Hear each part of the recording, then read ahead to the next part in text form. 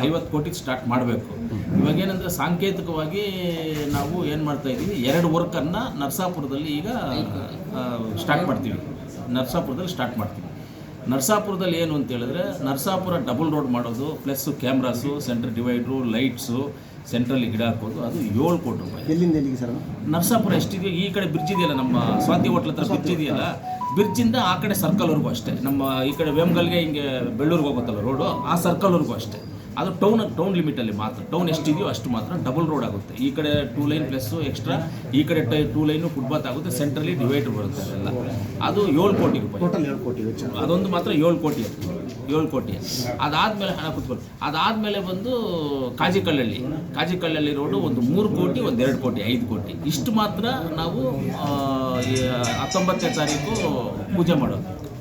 ಇಷ್ಟು ಮಾತ್ರ ಪೂಜೆ ಮಾಡ್ತಾ ಇದ್ದೀವಿ. ಮಿಕ್ಕಿದ್ದು ಒಂದು ಇನ್ನೂ ಜಾಸ್ತಿ ಇದೆ. ಯಾಕಂದರೆ ಚೌಡದೇನಹಳ್ಳಿ, ಒಳ್ಳಬ್ಬಿ, ಆ ರೋಡ್ ಒಂದಿದೆ. ಇನ್ನು ತುಂಬ ರೋಡ್ಗಳು, ಇವರು ಮದ್ದೇರಿ ಹತ್ರ, ಕುರುಗಲ್ಲು, ಸೀತಿ, ಈ ರೋಡ್ಗಳೆಲ್ಲ ಅದೆಲ್ಲ ನೆಕ್ಸ್ಟು ಇದು ಮಾಡ್ತೀವಿ. ಯಾಕಂದ್ರೆ ಇಷ್ಟು ಎರಡೇ. ಒಂದು ನರಸಾಪುರ ಟೌನು, ಒಂದು ಕಾಜಿಕಳ್ಳಳ್ಳಿ ರೋಡು, ಎರಡೇ ಶಂಕುಸ್ಥಾಪನೆ. ಟೋಟಲ್ 7.5 12 ಕೋಟಿ.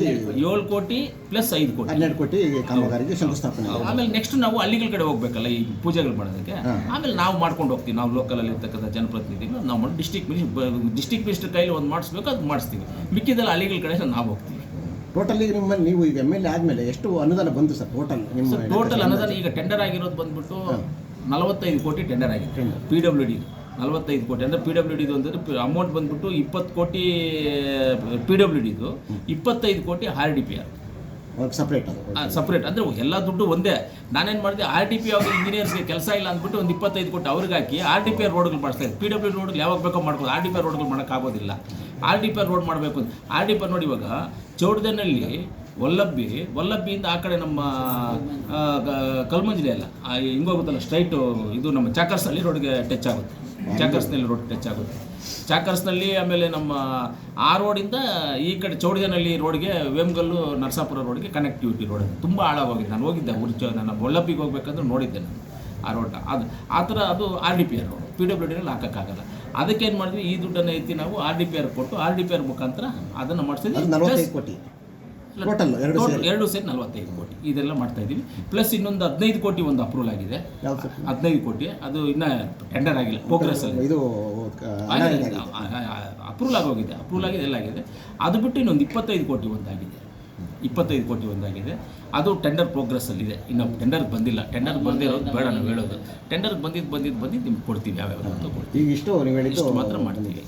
ಅಂದರೆ ಅದು ಅಭಿವೃದ್ಧಿ ಟೆಂಡರ್ ಆಗೋಗ್ಬಿಟ್ಟಿರೋದು. ಟೆಂಡರ್ ಆಗಿ ಕೆಲಸ ಸ್ಟಾರ್ಟ್ ಮಾಡಿದೆ.